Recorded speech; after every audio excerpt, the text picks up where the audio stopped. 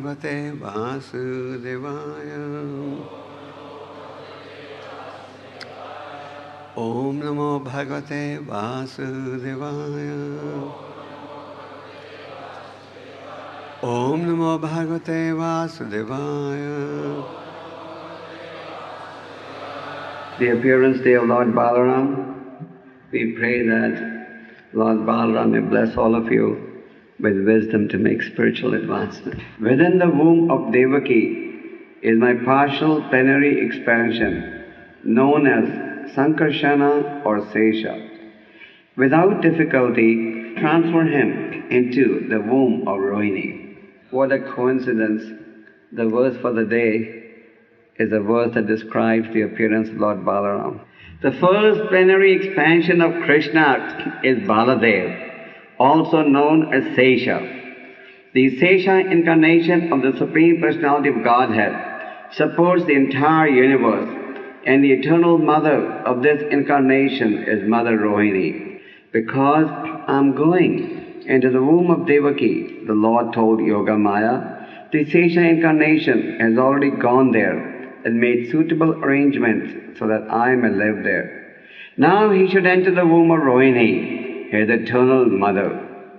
In this connection, one may ask how the Supreme Personality of Godhead, who is always situated transcendently, could enter the womb of Devaki, which had previously been entered by the 6 asuras, these Sadgarbhas. Does this mean that the Sadgarbhasuras were equal to the transcendental body of the Supreme Personality of Godhead? The following answer is given by Śrīla Vishwanath Chakravarti Thakur. The entire creation, as well as its individual parts, is an expansion of the energy of the Supreme Personality of Godhead. Therefore, even though the Lord enters the material world, He does not do so. This is explained by the Lord Himself in Bhagavad Gita, chapter 9, text 4 and 5. By me, in my unmanifested form, this entire universe is pervaded. All beings are in me, but I am not in them, and yet everything that is created does not rest in me. Behold my mystic opulence. Although I am the maintainer of all living entities, and although I am everywhere, myself is the very source of creation.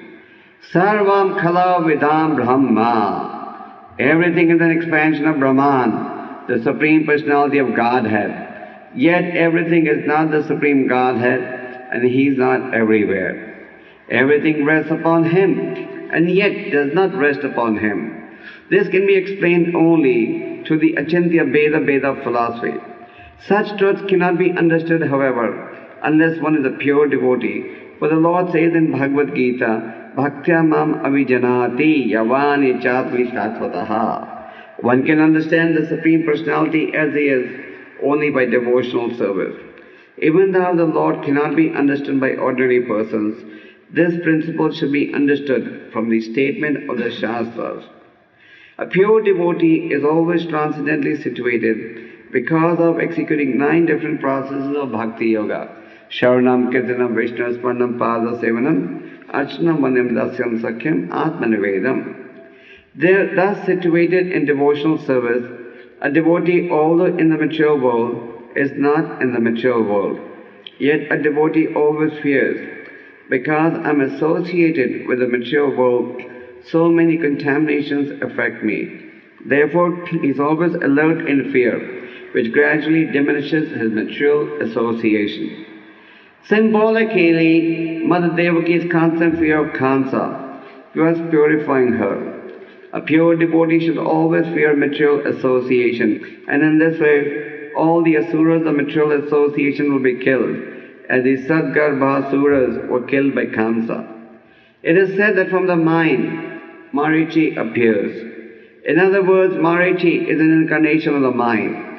Marichi has 6 sons: Kama, Krodha, Lobha, Moha, Mada and Matsarya.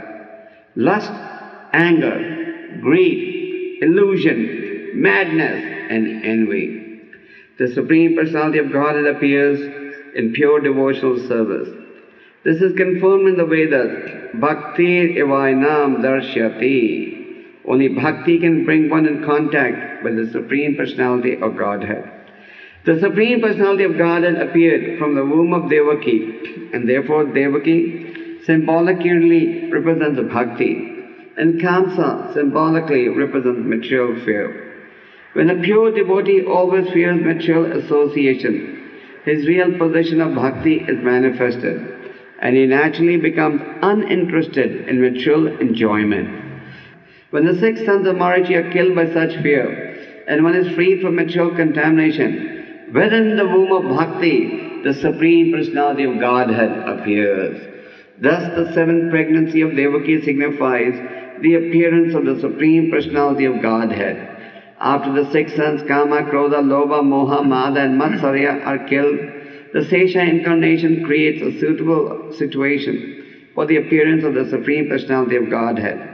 In other words, when one awakens his natural Krishna consciousness, Lord Krishna appears. This is the explanation given by Śrīla Vishwanath Chakravarti Thakur. Om Jnana Timirandasya Jnananjana Shalakya Chakshuran Militanena Tasmai Shri Gurave Namaha. Shri Chaitanya Manovistam Stapitamena Bhutale Swayam Rupa Kadamayam Dadati Swapadantikam. Vandeham Shri Guru Shri Yuta Padakamnan Shri Gurun Vaishnavanashta Shri Rupam Sagajatam Sahagana Raguna Tanvitam Tham Sajevam Sadvaitam Savadhutam Parijana Saitam Krishna Chaitanya Devam Shri Radha Krishna Padan Sahagana Lalita Shri Vishakanitamshta Jai Shri Krishna Chaitanya Prabhu Nityananda Shri Advaita Gadadhar Shivachari Gaur Bhaktivinoda Hare Krishna.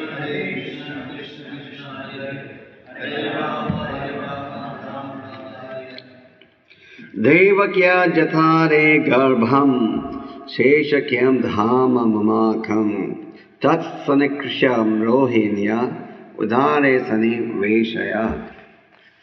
So, in this verse, it is being explained that within the womb of Devaki, the partial plenary expansion of the Lord, known as Sankarshan or Sesha, was manifested. And later on, this was transferred from the womb of Devaki to the womb of Rohini.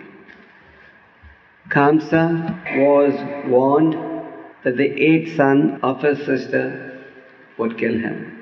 And therefore Kamsa had arrested his sister Devaki and Vasudeva. And one by one, all the 6 sons of Devaki were killed.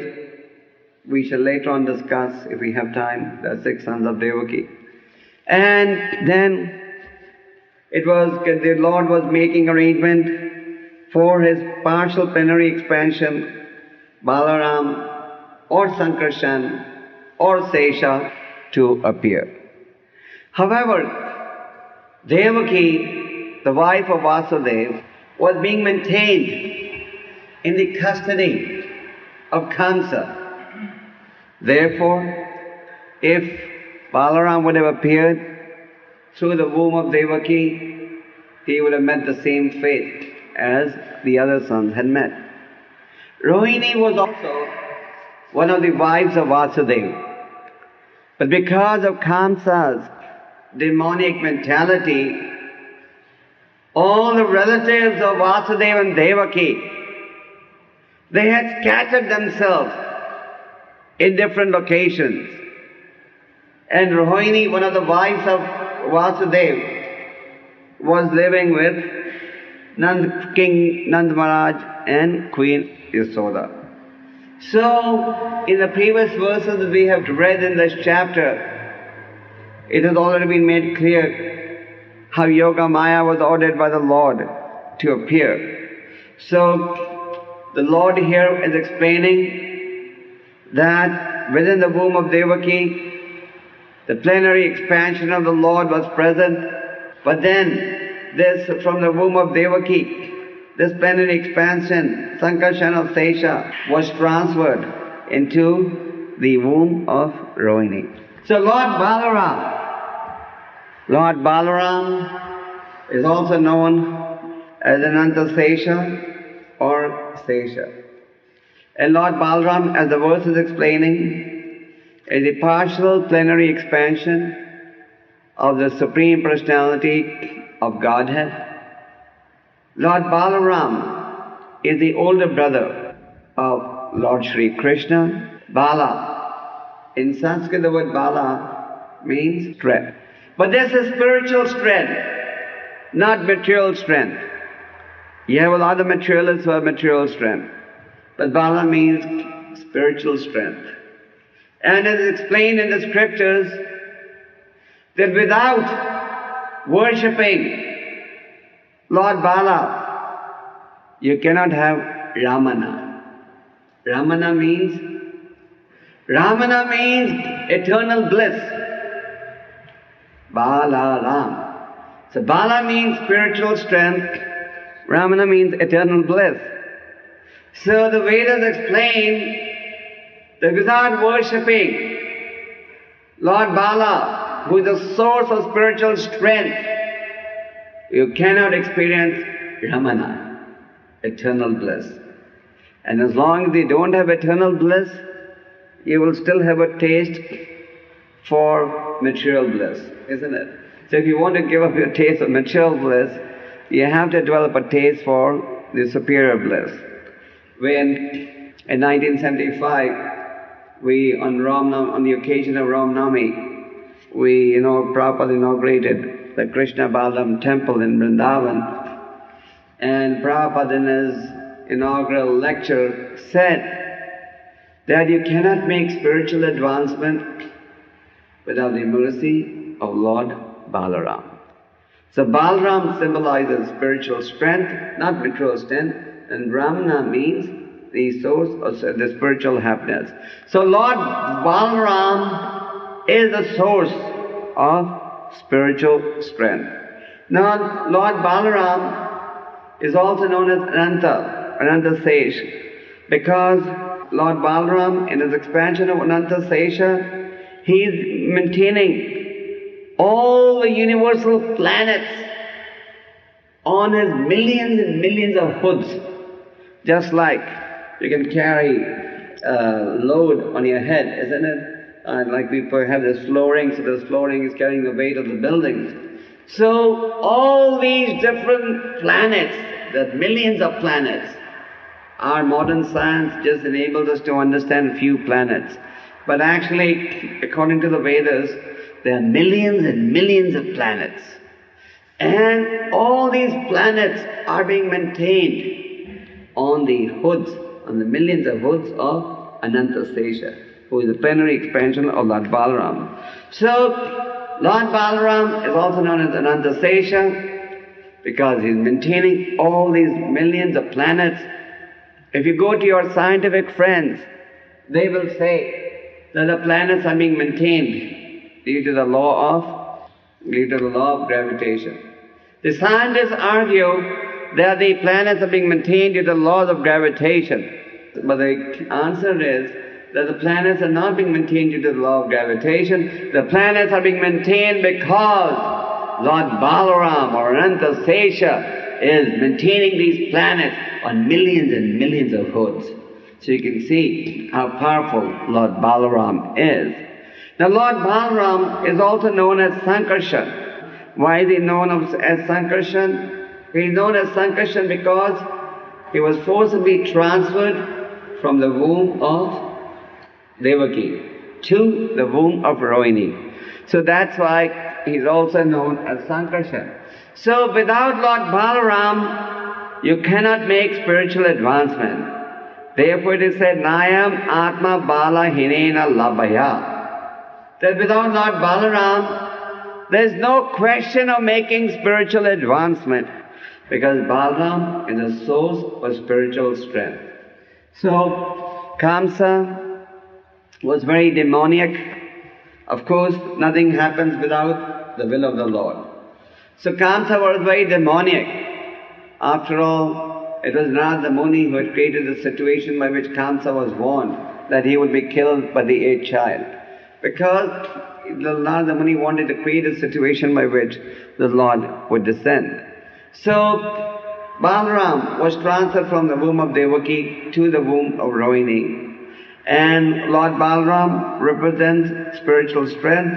Lord Balaram, as this verse is explaining, is the partial plenary expansion of the Lord. Prabhupada explains he is the first plenary expansion and is known as Sesha.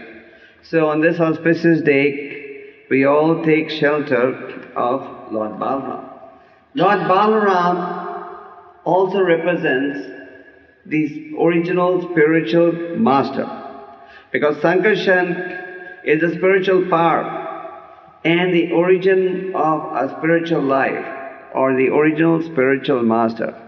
And Lord Nityananda, in all our temples we worship Lord Chaitanya and Lord Nityananda.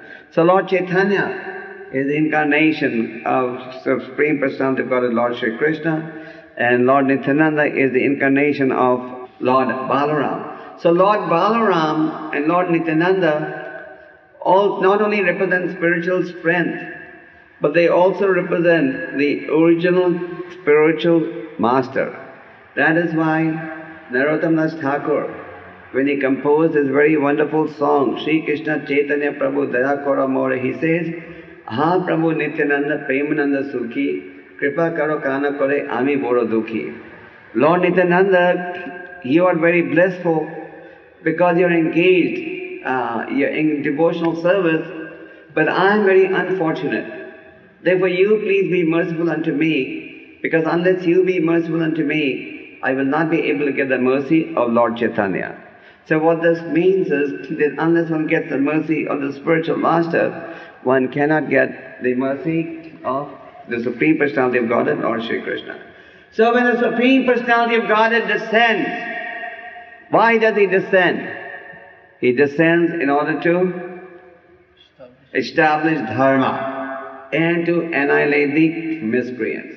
Paritanaya sadhunam vinashaja dushkatam dharma sanstha panarthaya sambhavami yuge yuge. So Lord Krishna and Balaram, when they appeared on this planet, they performed so many superhuman activities. Lord Balaram is whitish in color. Lord Balaram is completely white. Lord Balaram always carries with him a plough and a club. That's why if you go to the Krishna Balaram temple, see pictures of Krishna Balaram, you see Lord Balaram holding a plough and a club.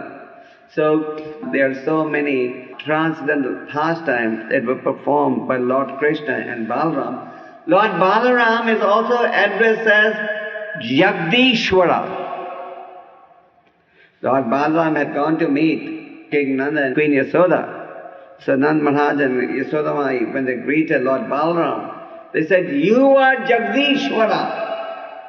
Jagdishwara means the maintainer of the universes.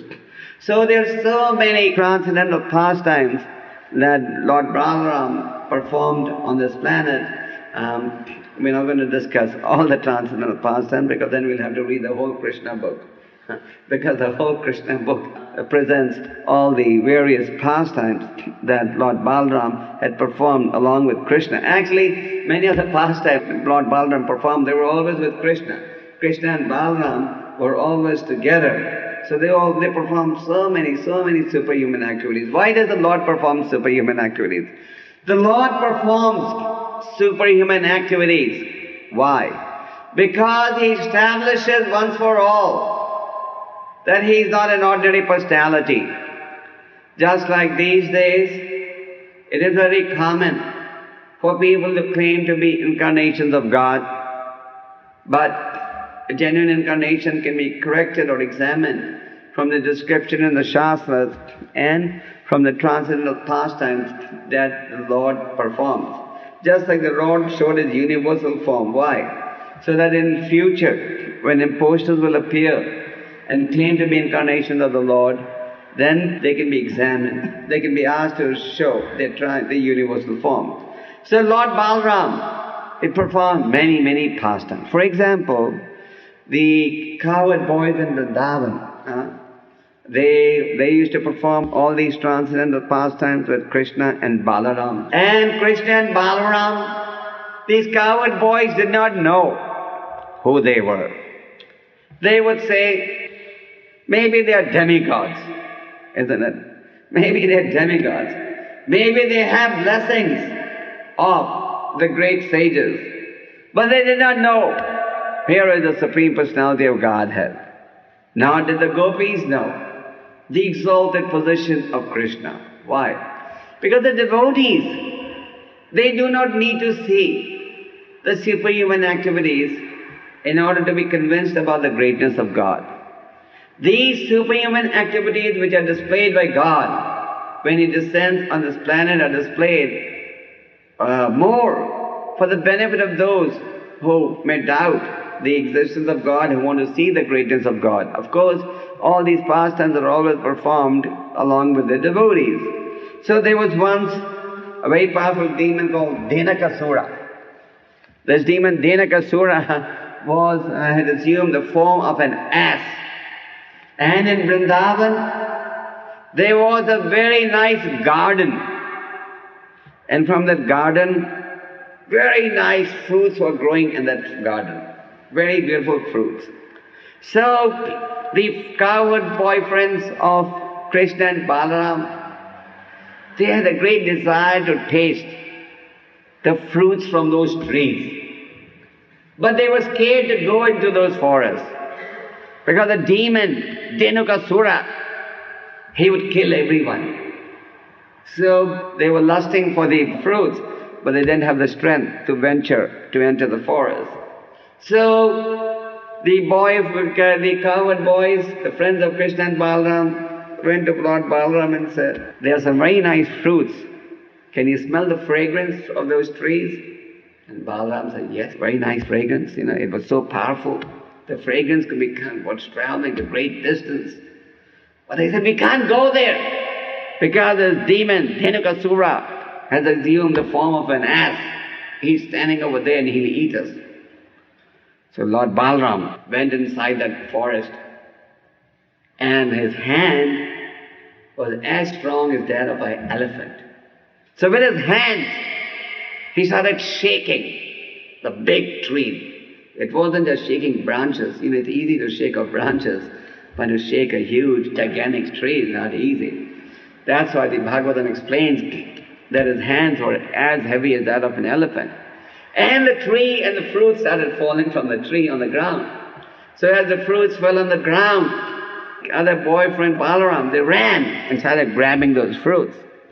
So when Dhenukasura saw that somebody has entered into his kingdom, so when Dhenukasura saw that the demons had entered, that somebody had entered into the forest and was pushing the trees, was getting the fruits of the tree, he came in his fearful form to attack Balaram. Balaram was a small boy, but with one blow, he threw the ass so far. He caught the ass, Dhenukasura, by his leg, and he threw him so far that he couldn't even see. And then the other asses, friends of, these demons always have their companions. So when the main principal demon is killed, then the assistants follow to take revenge. But all of them were just killed by Balaram with perfect ease. So Balaram killed so many demons. Just like there was, another demon called Pralambasura. So Pralambasura, he wanted to kill Krishna. So Pralambasura had disguised himself as an ordinary cowherd boy. And he came to play with Krishna. So the demons always think that they're smarter than God, isn't it? Just like Hiranyakashipu. Hiranyakashipu was also thinking he can outsmart Brahma and he can outsmart the Lord. So he tried to get various benedictions from Lord Brahma, hoping that he would become deathless. But ultimately, he was killed by the Supreme Personality of Godhead in his incarnation of Lord Nrsimhadev. So Pralambasura disguised himself as an ordinary cowherd boy, and he went to play with Krishna and Balaram. Krishna recognized who Pralambasura was. He could recognize this is a demon disguised as a cowherd boy. And disguised as a cowherd boy, he was acting like Krishna's friend. So Krishna devised a very unique plan how to get rid of Pralambasura. So all the cowherd boys, they divided themselves into two teams. And they were carrying each other. And divided, one team was led by Krishna and the other was led by Balaram. And they were playing, and whichever side would lose, they would have to carry opponents from the others. They would have to carry the victorious side. So Krishna and Balaram's side won the battle, won the game. And all of them had to carry, and Pralambasura was on the side of Krishna. So they had lost the battle. So Pralambasura figured that it's probably a little difficult to take shots at Krishna. So he reasoned, let me first kill Balaram, and then I will kill Krishna. So Pralambasura took the responsibility of carrying Lord Balaram on his back.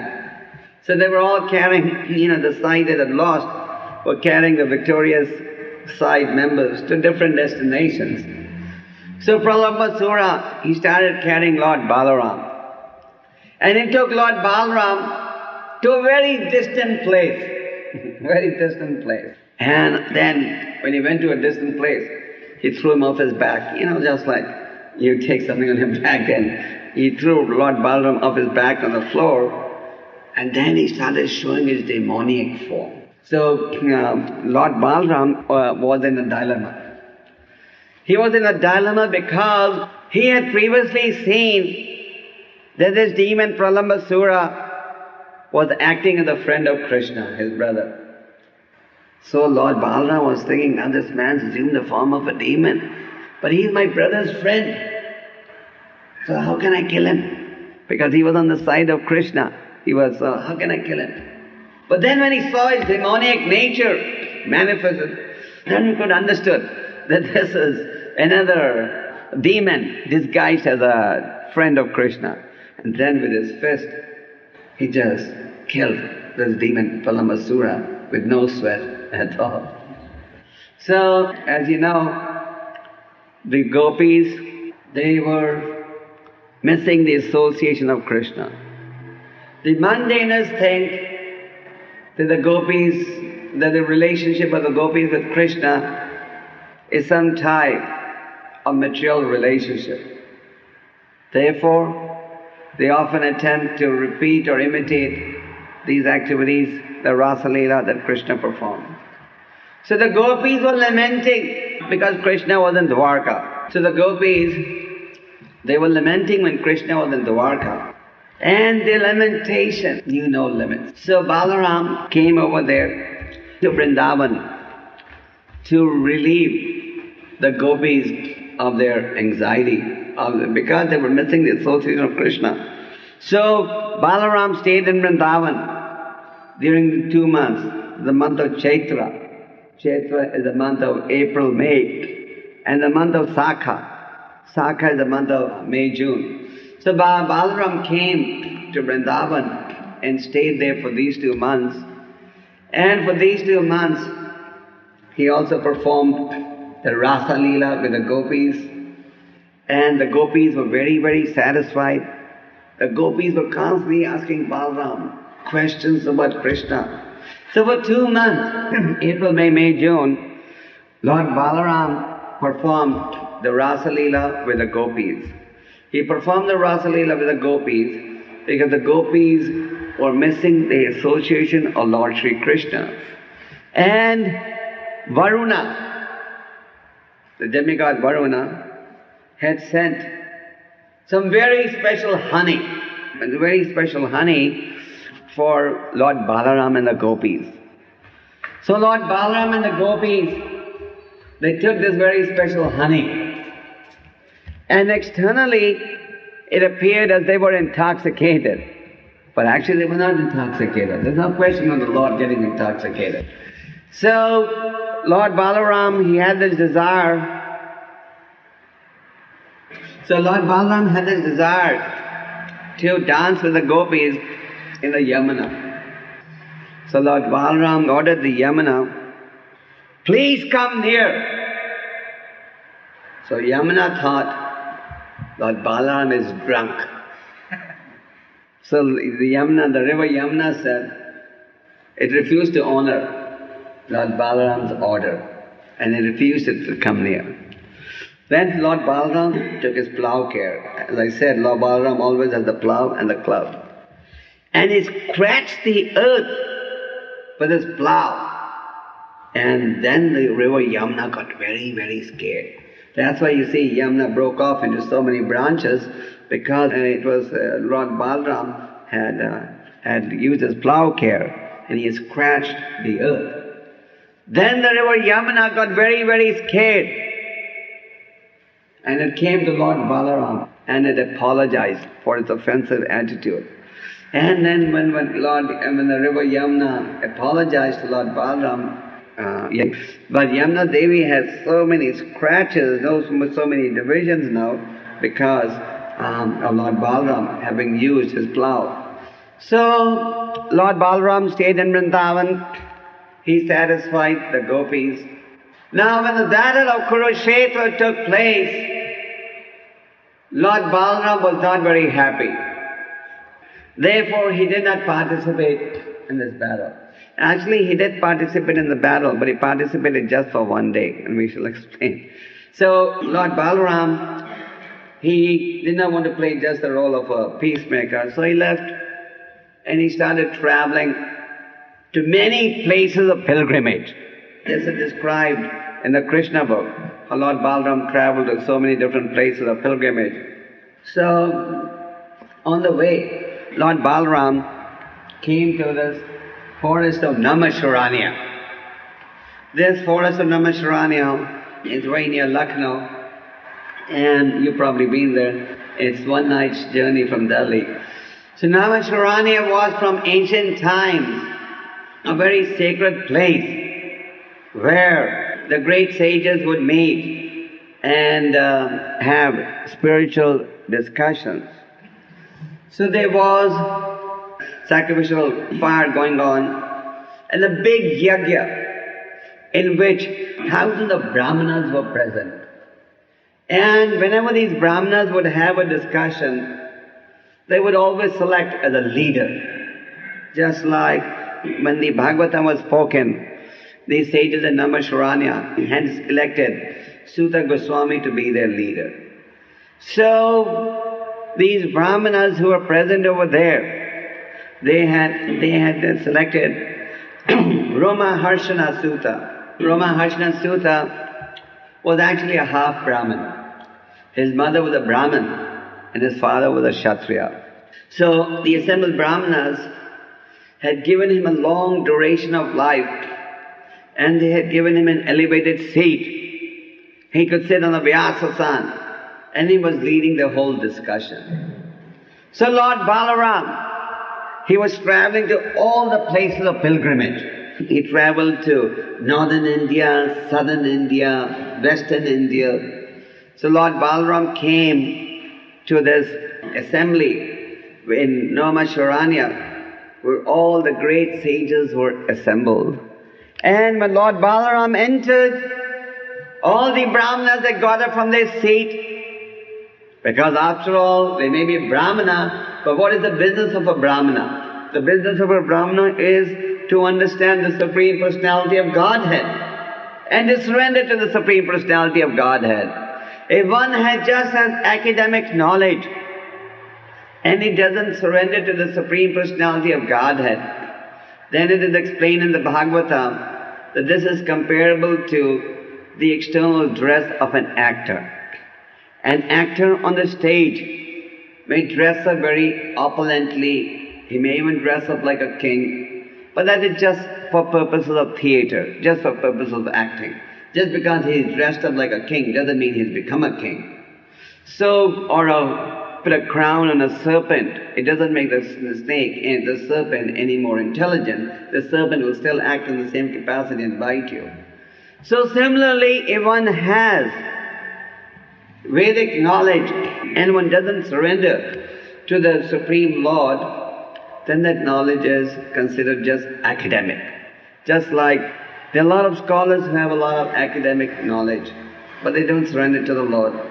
About a year ago, some of our friends, someone that we know, he'd organized a series of workshops with scholars in America, England. These are scholars in Vedas. Just like in American universities, even in Harvard, you have a department of Hindu philosophy, you have Hinduology as a subject. So they have scholars in all these different branches of knowledge. So they had invited this particular individual at a huge cost. He had arranged a conference, and the whole purpose of this conference was, how can this Vedic knowledge be applied in our day-to-day lives for the purpose of solving the problems of the society and for showing leadership to the troubled world? Because the Vedas do offer solutions, and this particular individual's thinking was that if we use all these scholars for establishing or making that point, then maybe the materialists will accept it a little faster than just some sadhu getting up and saying, what is the practical use of the Vedas? So all these top-notch scholars were invited, and these scholars in the discussion said, Mr. So-and-so, actually the Vedas have no practical solutions. Our knowledge of the Vedas is just academic. So when they were asked by our devotees who were also there in that conference, but all of your professors, your PhD degrees, you're teaching Hindu philosophy, Vedic philosophy. They said, this is just academic. But we don't really believe that the Vedas have any practical application for today's problems. About 6 months ago, I'd gone to there's a very famous research institute in India called the Bhandarkar Research Institute in Pune. And it takes great pride in having a lot of these ancient Vedic literature in their library. So in a discussion that later on took place with some of the top people involved in that institute, they said they don't really believe that someone by the name of Lord Ram ever came on this planet. Here's an institute. They claim that they have all the ancient Vedic manuscripts, but they don't believe that Krishna or Ram appeared on this planet. So this study is just academic. So the point we're making is, there are a lot of so-called academic scholars of the Vedas. Just like in India, you'll meet a lot of people who have the whole Bhagavad Gita, what they call in Sanskrit kanthas, in their throat. But they're not able to apply that knowledge in their day-to-day lives. Whereas the devotees of the Krishna conscious movement may not be so expert in Sanskrit, may not be so expert in their knowledge of the scriptures, but they're fully convinced that Krishna is the Supreme Personality of Godhead, and they're engaged in service to that Personality of Godhead. So this is far, far, far more superior to somebody just having an academic knowledge and not applying that knowledge in reality. So, Lord Balaram, he appeared in that sacrificial arena where all these Brahmanas were present. So all the Brahmanas got up and offered their dandabats to Lord Balaram. But one Brahman, Romaharshana Sutta, he was a disciple of Vyasadeva, who was selected by the other Brahmanas to sit on a special seat. He did not get up. See, when God comes and you don't get up, you may be a big guru, but in front of God we are just tiny. So all the Brahmanas got up, but Romaharshana did get up. Actually, Romaharshana was not even a complete Brahmana, because as they said, his mother was a Brahmana and his father was a Kshatriya. Actually, in the Vedic days, there were two types of such marriages. One was where the father was Brahmana and the mother was Kshatriya or Vaishya. And one was the mother was a higher caste and the father was of inferior caste. So he also wasn't a Brahmana by birth. So Lord Baladeva, he was very offended when he saw that Romaharshana did not get up from his seat. So what did he do? He took a blade of grass, kusa grass. He just touched it on his face. And Romaharshana died. So because Lord Baladeva was very angry, he did not get up and show him the proper respect. To understand all these stories, we have to take it strictly from a spiritual perspective. So then the sages in Naimisharanya, they were very disturbed. They said, We had given this Kṛṣṇa Sutta long life, special power, special seat on which he could sit down and lead the discussion. Now he has been killed. So they went to Lord Baladeva, Lord Balaram, and said that we know that you are the Supreme Personality of Godhead. And as the Supreme Personality of Godhead, you can do anything. You can kill the demon, you can kill. We agree that actually, normally the person sitting on the Vyasasana does not have to stand up. That is the Vedic etiquette. The Vedic etiquette is if somebody comes, if some superior comes, the audience will get up, but the person on the Vyasasana doesn't. But the Vedic etiquette is, when the Supreme Personality of Godhead appears, then everybody has to. So the Brahmanas acknowledged the Kṛṣṇa Sutta, on the one hand was right, but on the other hand he was wrong. So on the one hand they had given him this special benediction and a long duration of life. So they wanted Kṛṣṇa Sutta to live on and lead the discussion. But on the other hand they also knew that Balaram is Lord, the Supreme Personality of Godhead. If he does something, it has to be right, it can't be wrong. So when they went and complained to Lord Balaram said, okay, if you want me, I'll bring Kṛṣṇa Sutta back to life. I'll bring him back to life. Tell me. The Brahmanas told him, you must atone. Look at the strength of the Brahmanas. They went to Lord Balaram and said, you must atone because you killed this Kṛṣṇa Sutta, who we had benedicted with special powers for long duration of life. So Lord Balaram said, okay, if you want, I'll atone and I'll bring him back to life. But then the Brahmanas were perplexed. They didn't want Lord Balaram's desire to be nullified. So then, and at the same time, they wanted the blessings of Lord, long duration of life to be honored. So then Lord Balaram, when he saw that the Brahmanas were confused, he said, okay, I have a solution. He said, the son is considered an extension of the body of the father. So, I will place his son, Ugrasrava Sutta. Ugrasrava Sutta was a son of Kṛṣṇa. So I will place his son, Ugrasrava Sutta, on the Vyasasana seat. So when the Brahmanas got this solution, they were very happy. Because through this solution, the Brahmanas' wish was fulfilled, as well as Lord Balaram could establish Dharma. Then Lord Balaram said, what other atonement should I do? Just see. Just like Krishna and Balaram, when they went to the spiritual master Sandipani Muni, Sandipani Muni knew that these disciples are not like other disciples. So they went to their Guru Sandipani Muni and said, spiritual master Sandipani Muni, in a very, very menial way. So Sandipani Muni knew that these two kids are not ordinary kids. So he gave them a very powerful challenge. He told them, go and bring back my dead sons. And then they had to perform a hurricane task to find the dead sons and bring the dead sons back. So Balaram, he had made one solution. Kṛṣṇa Sutta's son was installed on the Vyasasana.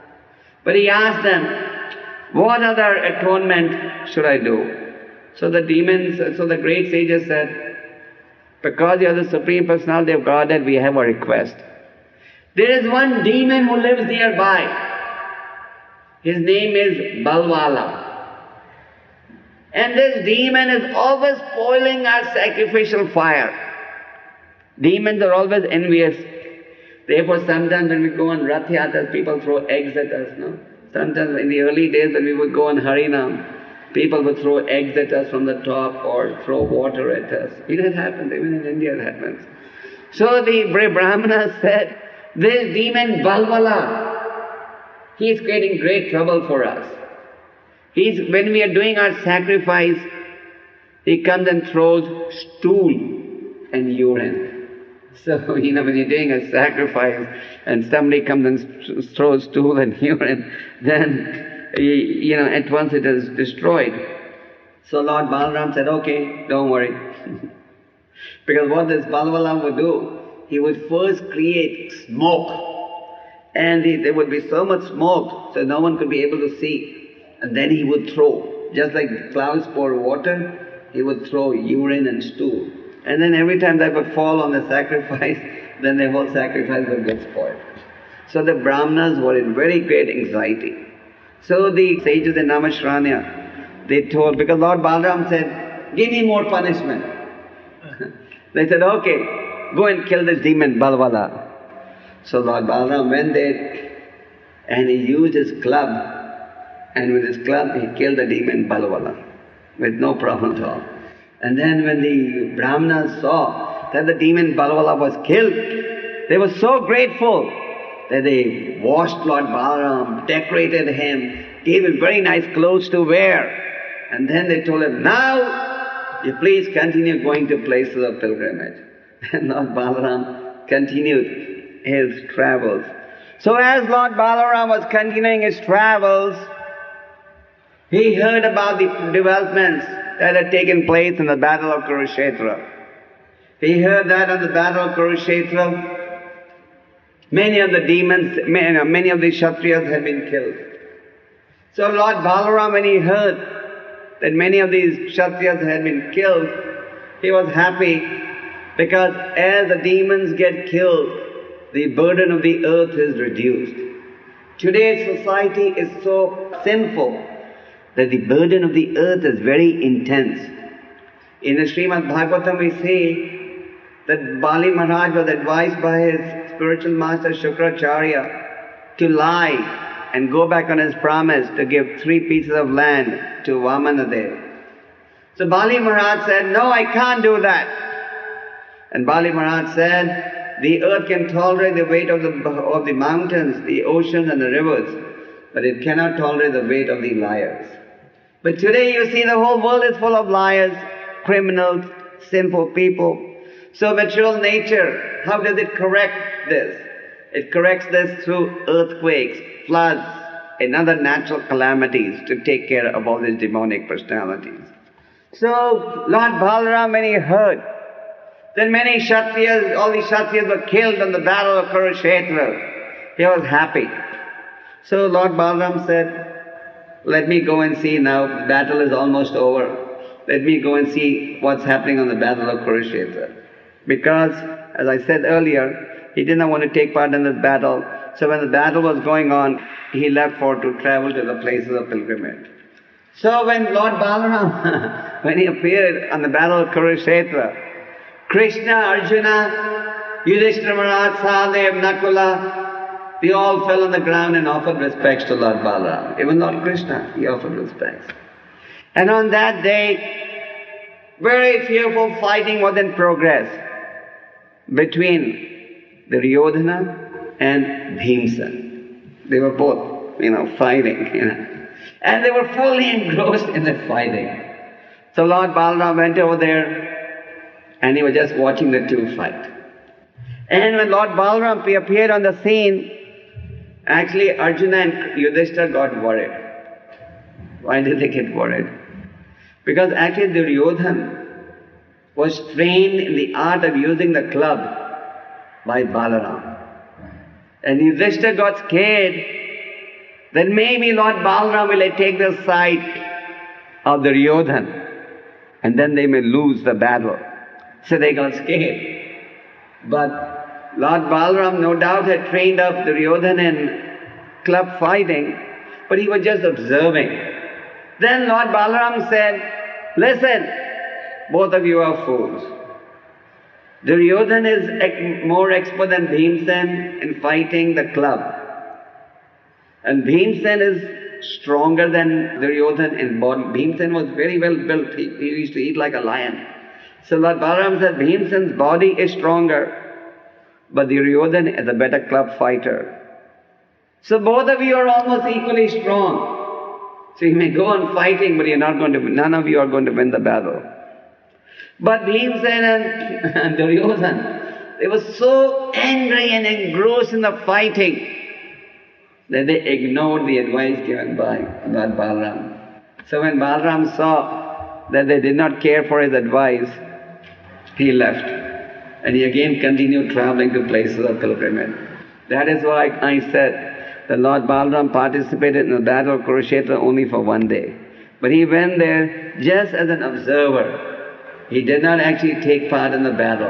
And when he saw that the two sides had refused his advice, so then, Balaram just left. Then Lord Balaram, continued his travel to various places of pilgrimage.